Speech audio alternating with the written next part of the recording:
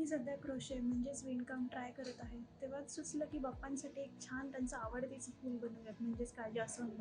चला तर मग पाहूयात कसं बनवायचं. तर फुलं, पानं, अंतर आणि पॉटसाठी आपण घेणार आहोत हे सगळे कलरचे धागे. त्याशिवाय आपण घेणार आहोत कात्री, 1.25 mm ची एक नीडल, एक तार आणि हे तार कट करण्यासाठी. सो आपण स्टार्ट करूया पेटल्सपासून.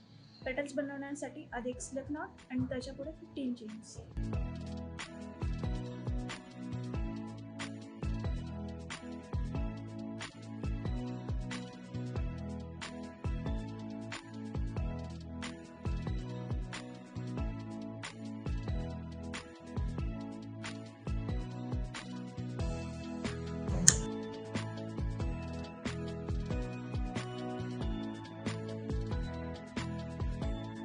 A few moments later.